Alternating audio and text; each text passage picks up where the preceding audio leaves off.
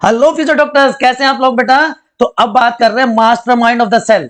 Yes, nucleus एक ऐसी specialised double membrane structure जिसमें सारे के सारी जेनेटिक इंफॉर्मेशन प्रेजेंट होती है फॉर कंट्रोलिंग सेलुलर मेटाबॉलिज्म। और अगर एक न्यूक्लियस नॉन डिवाइडिंग फेज में है then it is called interphase nucleus. याद रह जाएगा बच्चों आपको। तो चलिए हम हिस्टोरिकल बैकग्राउंड से शुरू करते हैं। Discovery of nucleus. तो सबसे पहले न्यूक्लियस को बच्चों ऑब्जर्व किया था। First of all it was observe by Leeuwenhoek in RBCs, red blood cells में, रेड ब्लड कॉर्पस्कल्स में, फिश की आरबीसीज में। But credit to discovery of nucleus goes to Robert Brown. 1831 में उन्होंने ऑर्किड रूट्स में, orchid plant के roots में इनको सबसे पहले स्टडी किया। ठीक है, न्यूक्लियस सारे के सारे लिविंग सेल्स में प्रेजेंट होता है, eukaryotic cells, but there are certain exceptions. जैसे हमारी आरबीसीज में ये नहीं होता। Mammalian RBCs, mature mammalian RBCs lack nucleus. अगर प्लांट्स की हम बात करें तो प्लांट्स में सीव सेल्स, वेस्कुलर बंडल्स में, फ्लोएम में, राइट। तो यहां पे नहीं होता, उसके अलावा हर यूकैरियोटिक सेल्स में ये प्रेजेंट होता है। अब नंबर उसके बाकी फीचर्स की बात करें उससे पहले एक बेसिक डिफरेंस आपको पता होना चाहिए। What is the difference between nucleus and nucleoid. अब ये तो आपको समझ में आ गया कि जो यूकैरियोटिक एडवांस कॉम्प्लेक्स ऑर्गेनिजम्स हैं उसमें जो double membranous well form structure है उसको हम न्यूक्लियस कह देते हैं। ये आपको यहां पे दिखाई दे रहा है, जो कि स्फेरिकल या ओवल है शेप में, और जिसमें genetic information in the form of DNA, RNA and histone proteins. लेकिन जो प्रोकैरियोटिक सेल्स हैं वहां पे जो न्यूक्लियस होता है it is not bounded by any membrane, तो वो इरेगुलरली शेप्ड होता है। तो nucleus without nuclear membrane is known as nucleoid, जो कि स्पेशलिटी है प्रोकैरियोटिक सेल की। तो यहां पे सिर्फ डीएनए प्रेजेंट होता है। क्लियर। तो न्यूक्लियस और न्यूक्लियोइड का डिफरेंस आपको पता चल गया। चलिए, तो न्यूक्लियस जैसा कि मैंने बताया लार्जेस्ट ऑर्गेनेली है एनिमल सेल में, जहां पे सेलुलर जेनेटिक मटेरियल प्रेजेंट है। तो पेरेंट से ऑफस्प्रिंग में जो कैरेक्टर का ट्रांसमिशन होता है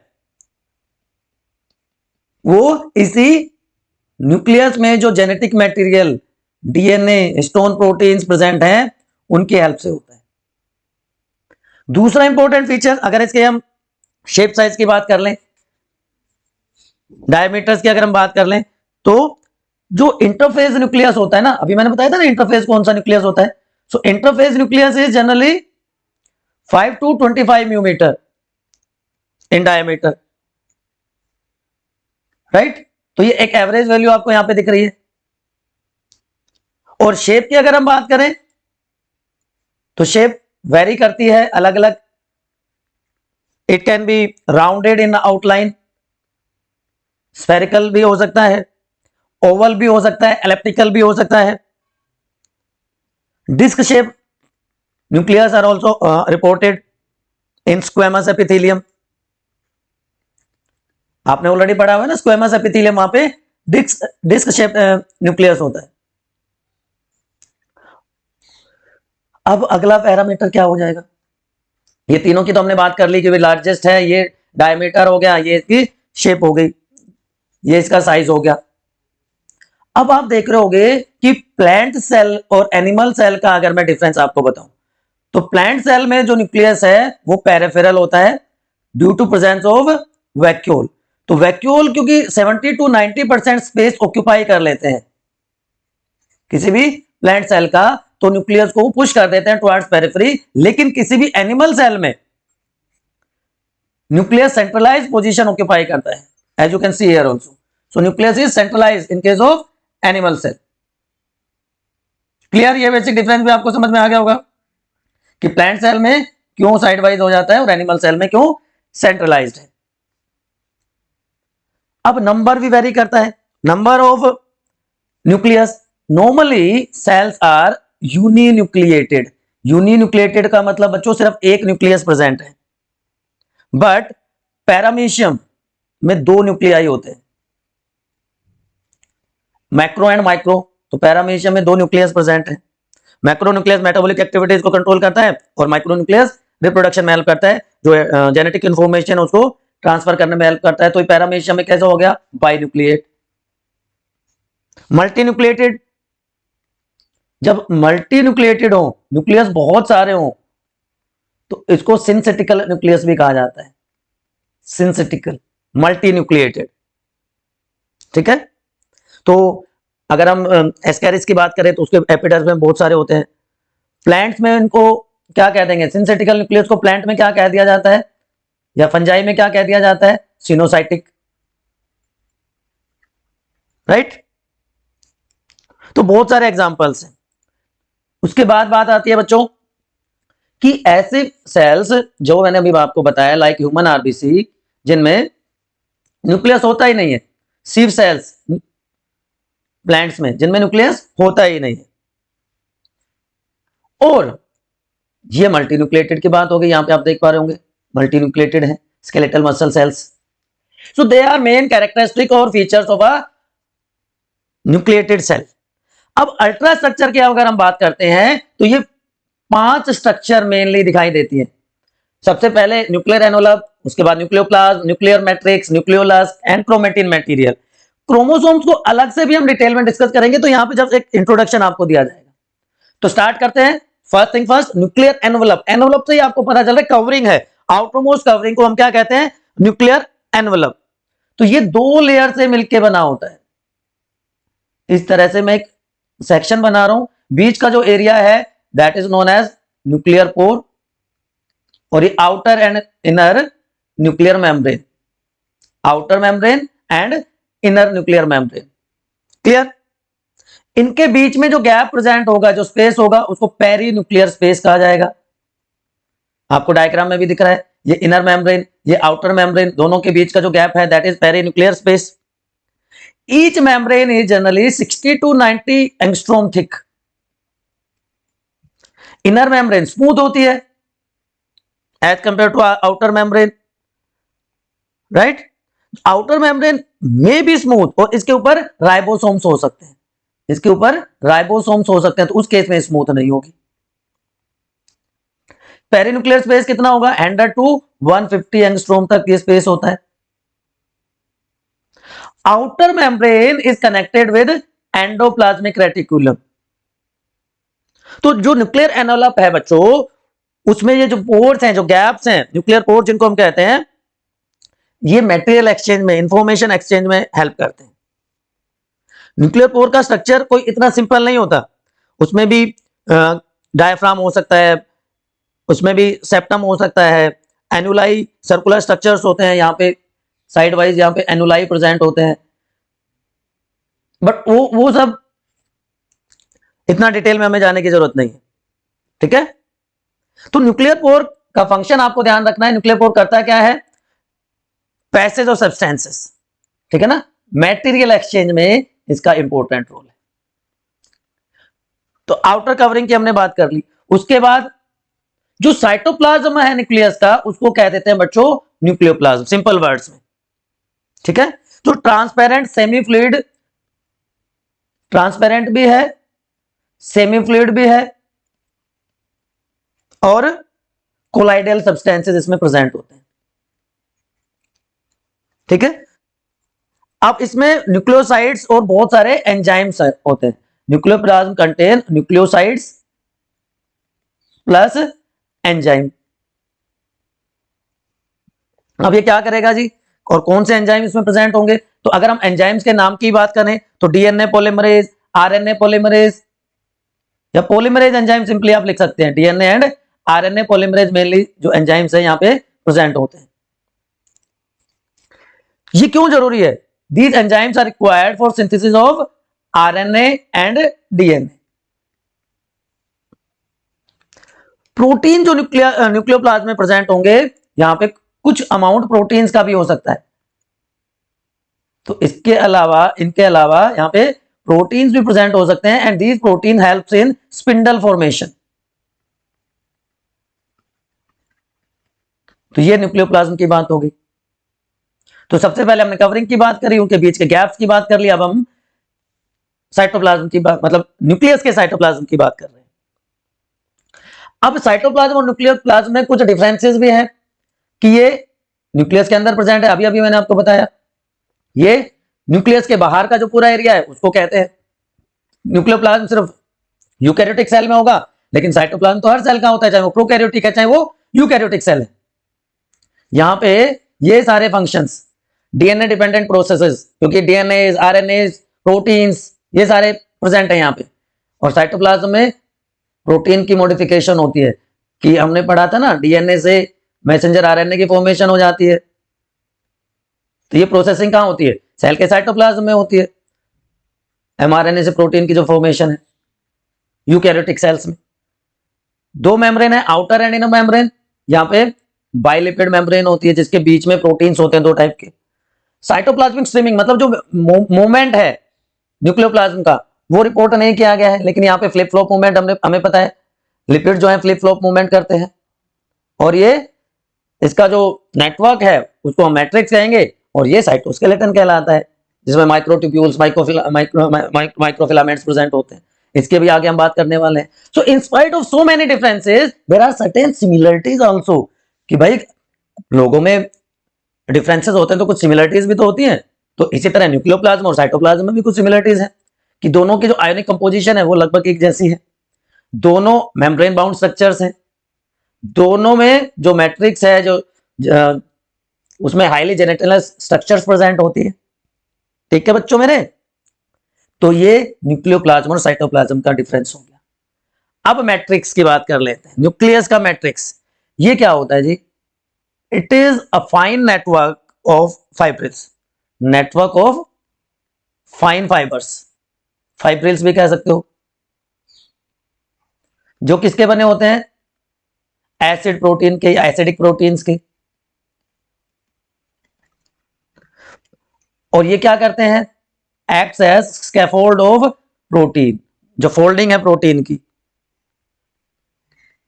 उसकी तरह एक्ट करते हैं। ठीक, तो ये न्यूक्लियस के मैट्रिक्स की बात होगी। अब ये कहां प्रेजेंट होते हैं, या ये कहां प्रेजेंट होगा मैट्रिक्स? जो पेरिफेरी है न्यूक्लियर एनवलप के नीचे, बिलो न्यूक्लियर एनवलप, जो दो मेम्ब्रेन की कवरिंग थी, न्यूक्लियर मेम्ब्रेन की जो दो कवरिंग थी, उसके नीचे ये एक लेयर बनाता है। Nuclear matrix forms a layer, और उस लेयर को क्या कहते हैं? उस स्ट्रक्चर को क्या कहते हैं? Nuclear lamina. वो क्या बना रहा है? न्यूक्लियर लेमिना की फॉर्मेशन कर रहा है बच्चों। एनिमल सेल्स में इसको हम फाइब्रस लेमिना भी कहते हैं। तो एनिमल सेल्स में ये जो लेमिना है, जो फाइब्रस लेमिना या न्यूक्लियर लेमिना है, ये तीन टाइप के लेमिन्स का बना होता है। ए, बी एंड सी लेमिन्स का बना होता है। जबकि प्लांट सेल में ये प्रोटीन्स का बना होता है। प्लांट सेल में ये प्रोटीन्स कंटेन करता है। ठीक है, तो ये डिफरेंस हो गया। जो टर्मिनल एंड है हमारे क्रोमेटिन फाइबर्स का, वो यहां पे एम्बेडेड होते हैं, जिनको हम टेलोमियर्स कहते हैं ना। End of chromatin material is embedded in nuclear lamina. तो लेमिन ए और लेमिन बी ये दोनों प्रेजेंट होते हैं इंटरमीडिएट फिलामेंट्स में भी। तो ये क्या करता है? मैंने बताया ये क्या बनाते हैं? स्कैफोल्ड ऑफ प्रोटीन्स बनाते हैं। ये टेलोमेयर को एक अटैचमेंट पॉइंट प्रोवाइड करते हैं। ये मैकेनिकल स्ट्रेंथ प्रोवाइड करते हैं किसको? न्यूक्लियर एनवलप को। अब बात है न्यूक्लियोलस की। तो न्यूक्लियस में जो देखो, सेल का कंट्रोल सेंटर कौन हो गया? न्यूक्लियस। और न्यूक्लियस का कंट्रोल सेंटर कौन हो गया? न्यूक्लियोलस। तो न्यूक्लियोलस को सबसे पहले डिस्कवर किया था फोंटेना ने, 1781 की बात है ये। तो it is a naked structure, इसके चारों तरफ कवरिंग नहीं है। सबसे पहले तो it is naked structure, irregular structure है। अब ये नेकेड स्ट्रक्चर अटैच्ड है किससे? सोचो, अटैच टू क्रोमेटिन। आगे हम बात करेंगे। क्रोमेटिन से अटैच्ड है, तो न्यूक्लियोलस प्लस क्रोमेटिन का जो अटैचमेंट पॉइंट है मेरे बच्चों, उसको कह देते हैं NOR। NOR का मतलब है न्यूक्लियस या nucleolar organiser region. Nucleolar organiser region important है, याद रखना है, NOR नोर। अब एक न्यूक्लियस में जनरली 1 से 4 न्यूक्लियोलस हो सकते हैं, लेकिन आप सरप्राइज हो जाओगे, जीनोपस में, जीनोपस के जो oocyte में 1600 न्यूक्लियोलस आर रिपोर्टेड।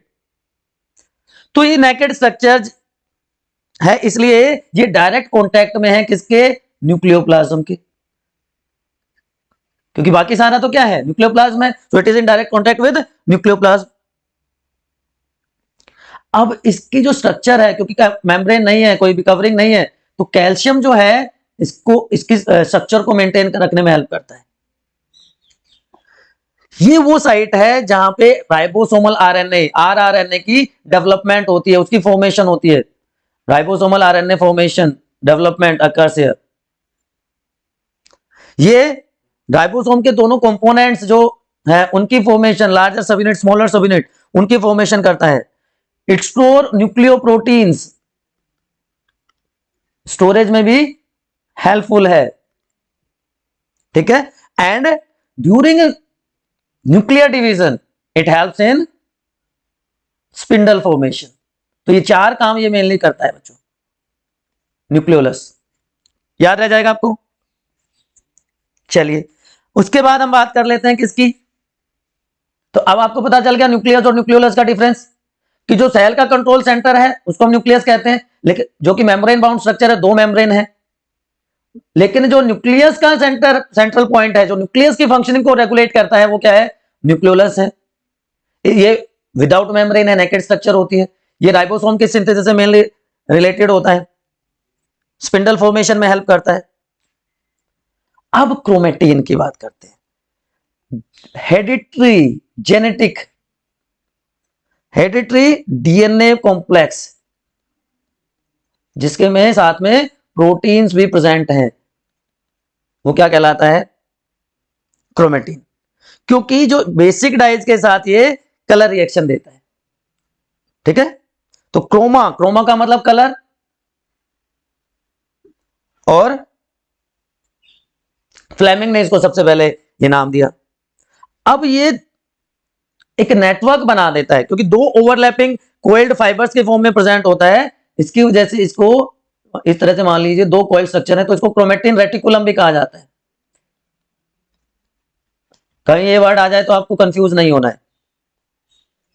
अब ये पूरे के पूरे न्यूक्लियोप्लाज्म में प्रेजेंट होते हैं क्रोमेटिन के फाइबर्स, और जो क्रोमेटिन फाइबर्स हैं या जो क्रोमेटिन है वो 2 तरह का होता है बच्चों, एक होता है यूक्रोमेटिन और दूसरा होता है हेट्रोक्रोमेटिन। यूक्रोमेटिन एंड हेट्रोक्रोमेटिन, याद रहेगा आपको। अब ये क्या होता है जी, ये भी बताएंगे आपको, दोनों का जो डिफरेंस है वो भी समझाया जाएगा आपको। एक फंक्शनल है, एक नॉन फंक्शनल है, जिसको जंक भी कहते हैं। तो यूक्रोमेटिन तो बच्चों नैरो होता है, अगर इसके हम डायमीटर की बात करें, so it is 10 to 30 nanometre thick, जबकि हमारा जो हेट्रोक्रोमेटिन है ये 100 नैनोमीटर थिक होता है, सो थिकनेस में ज्यादा है। इसके अलावा और क्या सारे डिफरेंसेस हैं जी, ये लाइटली स्टेन्ड होता है, ये डार्क स्टेन्ड होता है। अब depending upon the size of granules found by heterochromatin, उनको हम कैरियोसोम या फॉल्स न्यूक्लियाई भी कहते हैं। तो ये जो देखिए दोनों टाइप के आपको कंडेंस या जंक डीएनए कौन सा हो गया, हेट्रोक्रोमेटिन। फंक्शनल या एक्टिव जो ट्रांसक्राइब होता है, ट्रांसक्रिप्शन में हेल्प करता है, वो कौन सा हो गया, यूक्रोमेटिन, ठीक है। ये न्यूक्लियस और न्यूक्लियोलस के आपको डिफरेंस पता चल गए। तो एक तरफ हमारे पास क्या है, यूक्रोमेटिन जो नैरो है,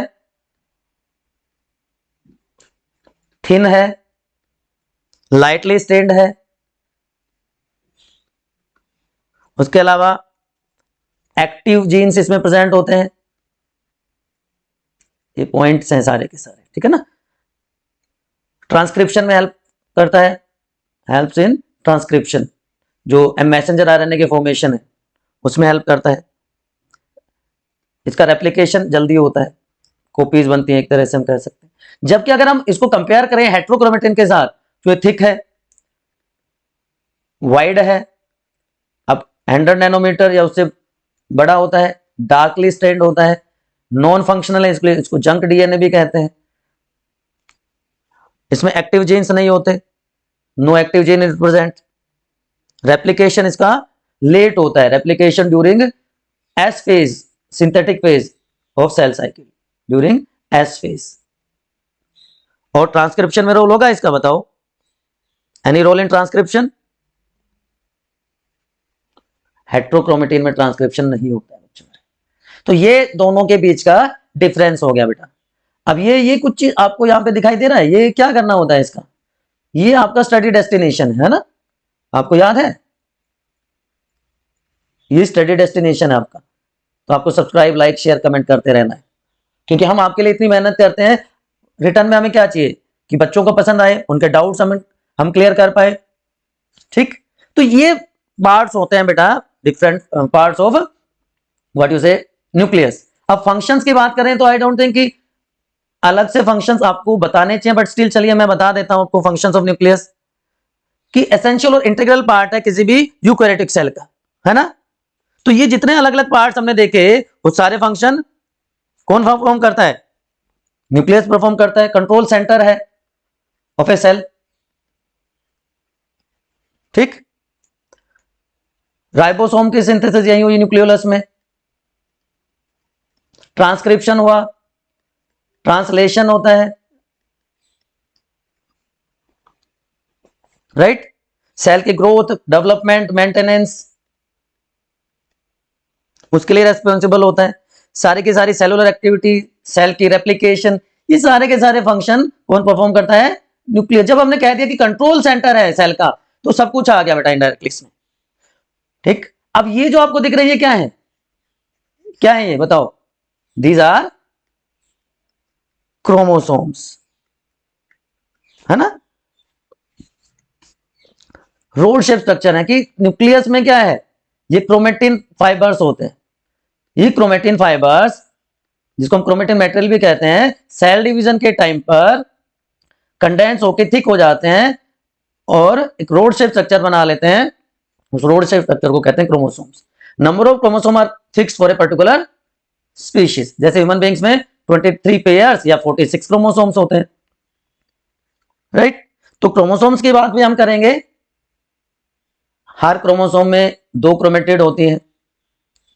चलिए, तो न्यूक्लियस से रिलेटेड कोई भी कंफ्यूजन है, कोई भी इफ बट है, तो आप एक बार कमेंट सेक्शन में पूछ लीजिए। Till then keep studying,